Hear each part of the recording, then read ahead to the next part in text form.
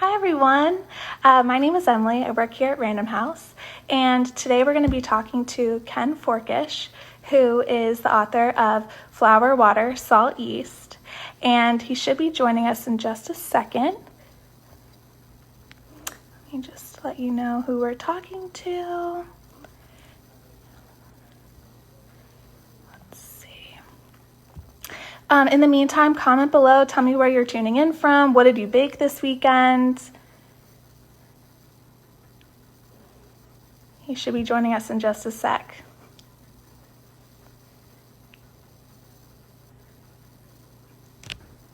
Hi everyone. What did we bake over the weekend? I baked a big sourdough loaf. I want to hear what you baked too.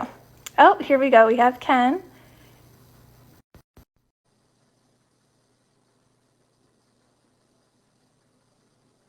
Should be joining. Yay! Hey, Hi buddy. Ken. How are you? I am good. How are you? Great, thanks. Thanks for There's joining us today. my pleasure. There was so much activity scrolling on the bottom. I went to push request to join and it kept scrolling Well, off the screen. and everyone's just so excited to talk to you. Awesome. Well, I'm happy to be here. Hi, everyone. So for anyone who may not be familiar with you or your background, could you let us know a bit more about your book, how you got started baking, and more about your career? Yeah, I'm not sure. I wrote kind of a little bit of my life story in Flour, Water, Salt, Yeast, and then when I wrote that a while ago. When I reread it now, I kind of like, yikes! It was personal. Um, yeah, most people know I had almost 20 years in tech. And I left that career because I wanted to make stuff for a living.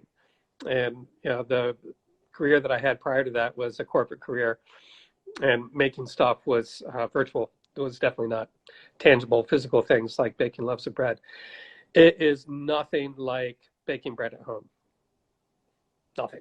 It's really hard work. You get up in the middle of the night, and in home baking, you're baking a couple of loaves a day.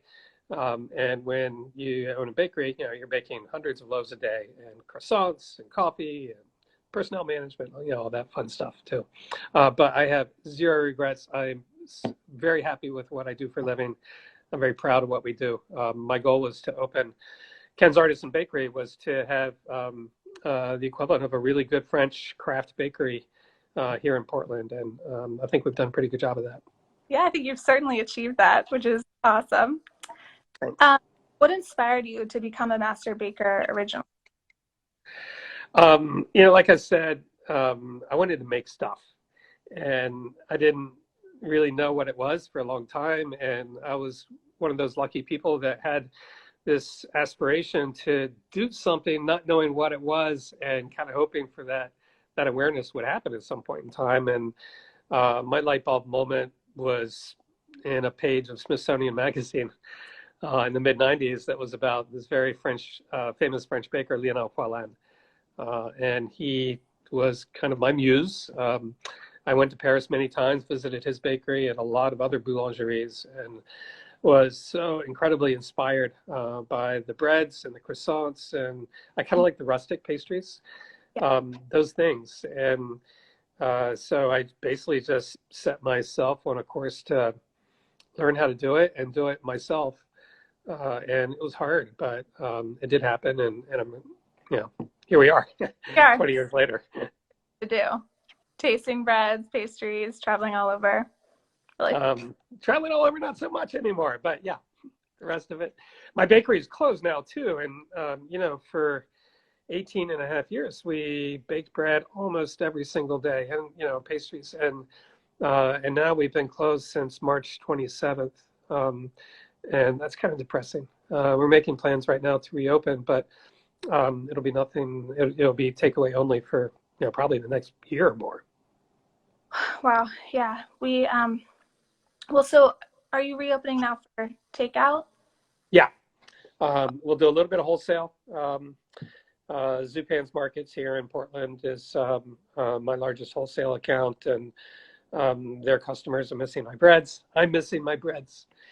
Yeah, but we'll do takeout only. We'll reduce our product line, but we'll have breads, a lot of different croissants, some other pastries that I specialize in. Do you know the cannelé? Yeah. Cannelé de Bordeaux, these little, I love those things. Um, Yeah, that's been something that we've made since we opened, and I love our cannelé. So we'll do those things.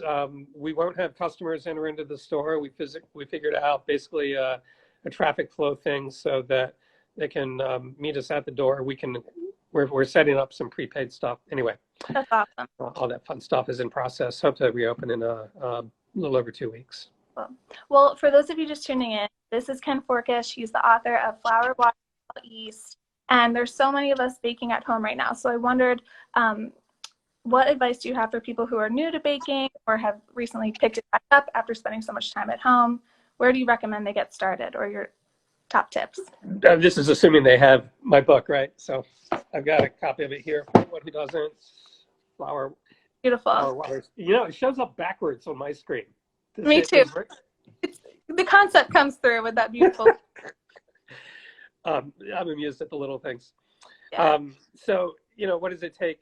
Good instruction, number one. But there's no need to be intimidated. It's really not complex. I don't think it's difficult if you have good instructions. Time is a very significant ingredient, and so is temperature. So it does take a lot of time to produce good bread, but it's not a lot of active time. So you might have a dough that you mix in the morning. My simplest dough, you mix in the morning with yeast, and you're baking loaves in time for dinner.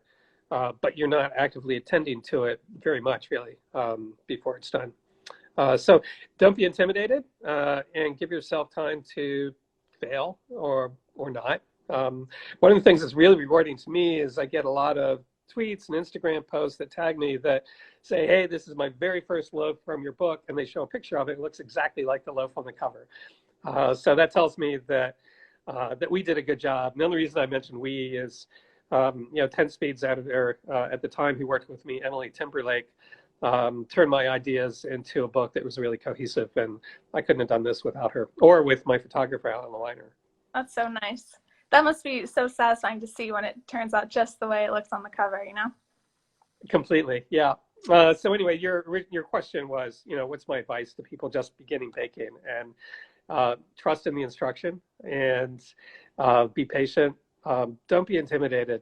I get some people that, you know, they tag me in a post and say, whoo, finally, after all these feedings, blah, blah, blah, you know, they're doing the sourdough. Like, man, it really isn't that much work, you know? It's pretty simple. Yeah, and once you get the hang of it and you're in the rhythm, it's like a big reward. No, not only that, I do hope people that take the time to read the book, digest the information that's in there. It was written with that kind of purpose, but also knowing that once you've done it a few times, you're developing a skill that will last you your entire lifetime. And it's a small investment for you to take in time to get there. And then once you have it down, usually you're just going back to the book to check recipe quantities and timing, and, you know, what was the water temperature for that.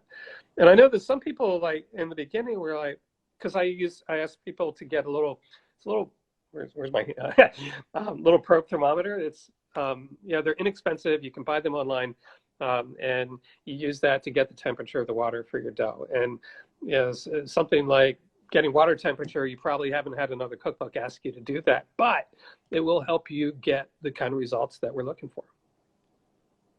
I know a lot of people are trying to get sourdough starters going right now. Do you have any advice on how to get them going, keeping them happy and healthy? My instructions were very explicit, and they work. So the things that could make it, and there's two stages really. One is building your sourdough culture from scratch. It's really cool. You just take flour and water and you mix it together. It takes a couple minutes, and then the next day you do the same. And 2 days in, you've got this pretty lively, bubbly mass in a little container, and it's like, damn, that just like happens spontaneously. There is yeast in the air. You can't see it, but it's there. There's natural yeast in the flour itself. It's in the soil. It's on the skins of fruits. It's in a lot of places.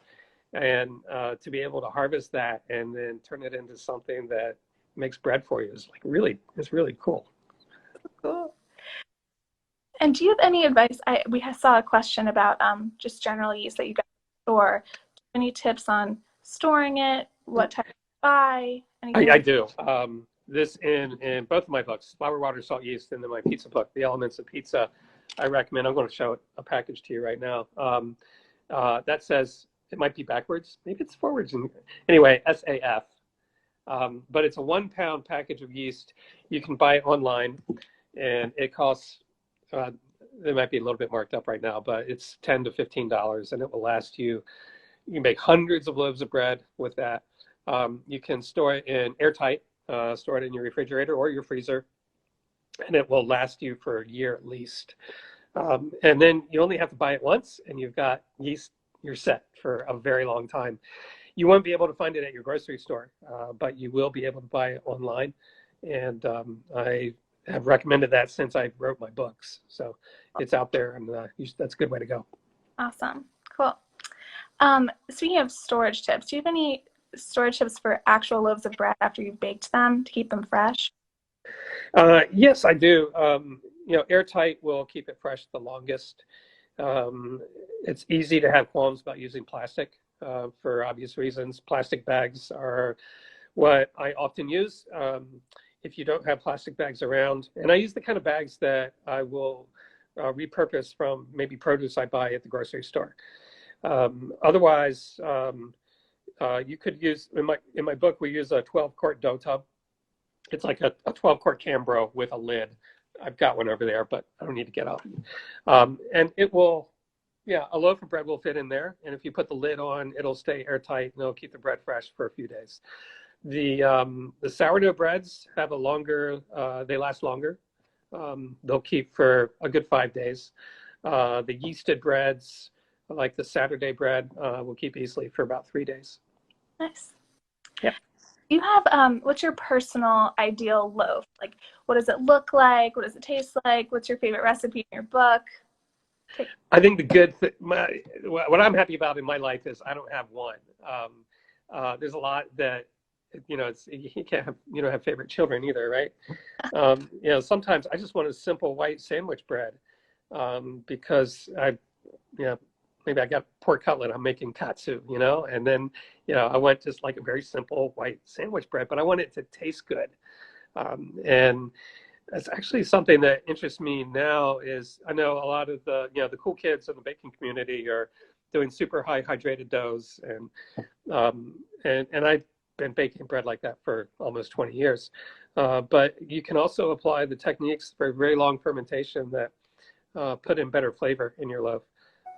To sandwich breads as well. And we make one at Ken's Artisan Bakery. It's pain rustique, which is an old French, it's not German, but it's really nice sandwich bread that we make from our baguette dough.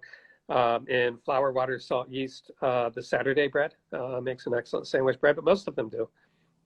So I forget the question. I just started talking. Your favorite bread? Oh, my favorite bread. Whatever I'm eating. It's like when somebody asks Jacques Pepin what his favorite restaurant is. It's whichever one I'm sitting at, Exactly. Did you bake anything special this past weekend? The last bread I baked was 5 or 6 days ago. And actually, it was last Monday. It was a week ago.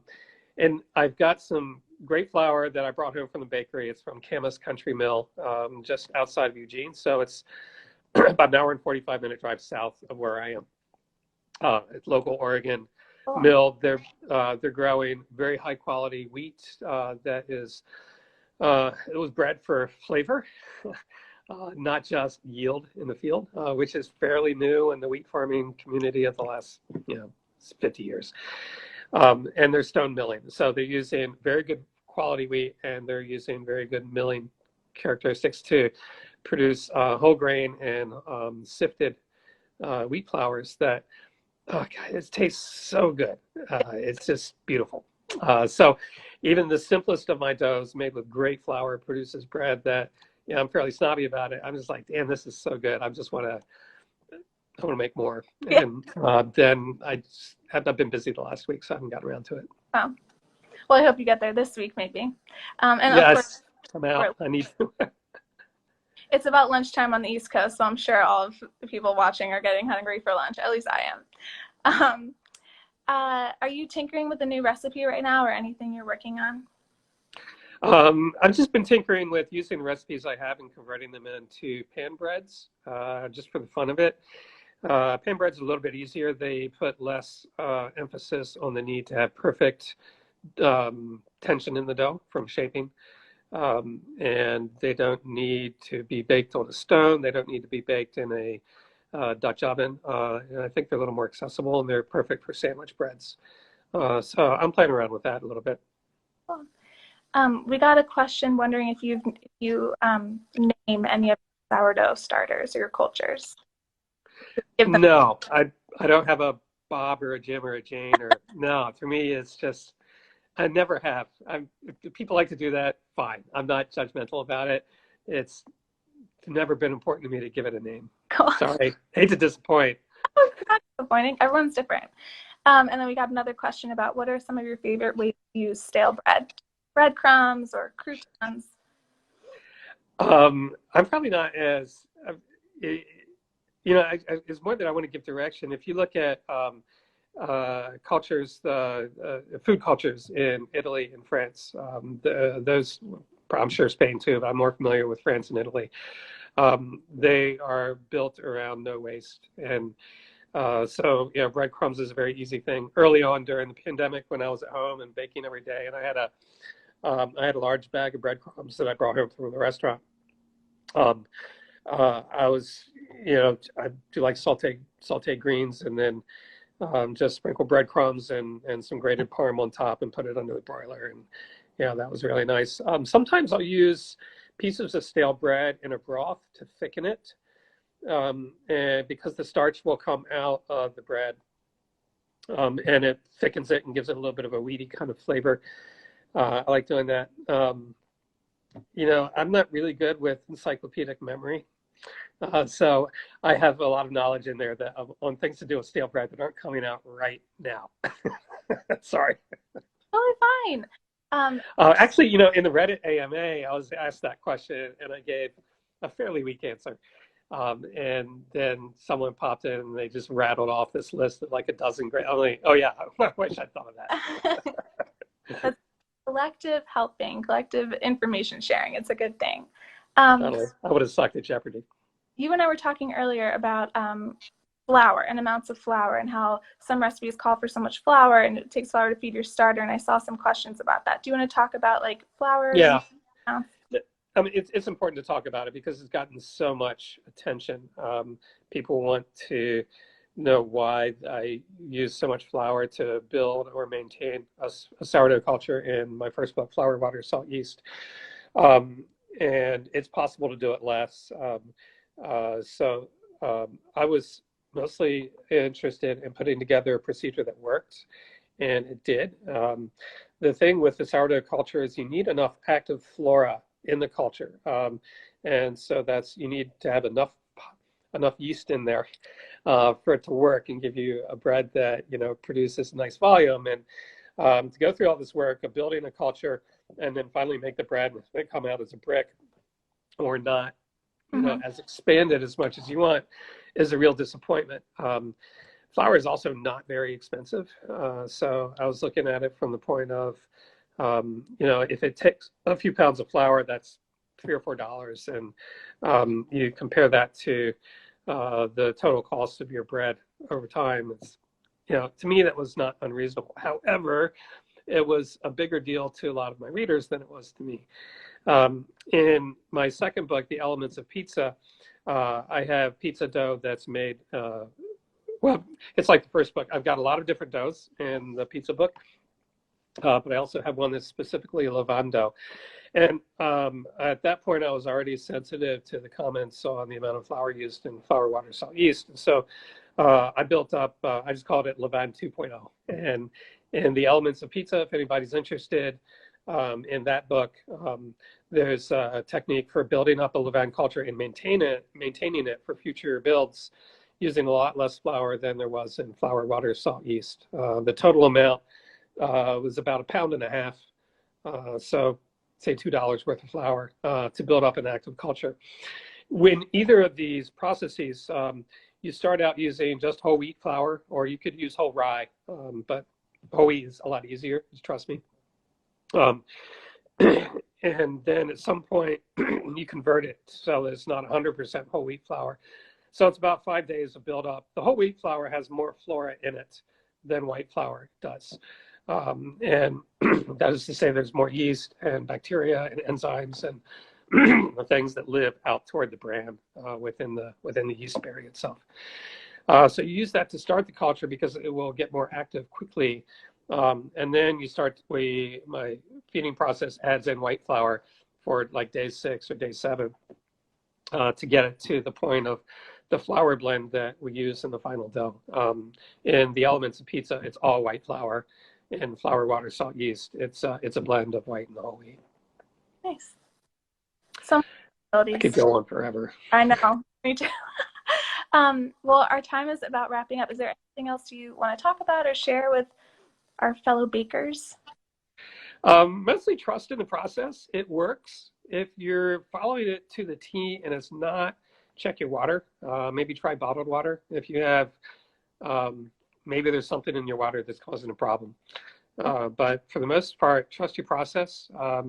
Just take it as something where you're going to learn and accept that you're going to get better in time. But you should be able to get good results right away as long as you actually read the book. And usually when I get questions from people, I go, the answer's in the book. So, if I can guide, I'm not trying to be a jerk about it. No. But I think you take the time to read the book. I think you'll find the answer to most of your questions already. Yeah. And just for everyone watching, that book is called Flour, Water, Salt, Yeast. This has been Ken Forkish. Thank you so much for joining us and sharing all of your knowledge. My pleasure. Everyone tuning in. Thank you all. Happy baking. And bye. Bye.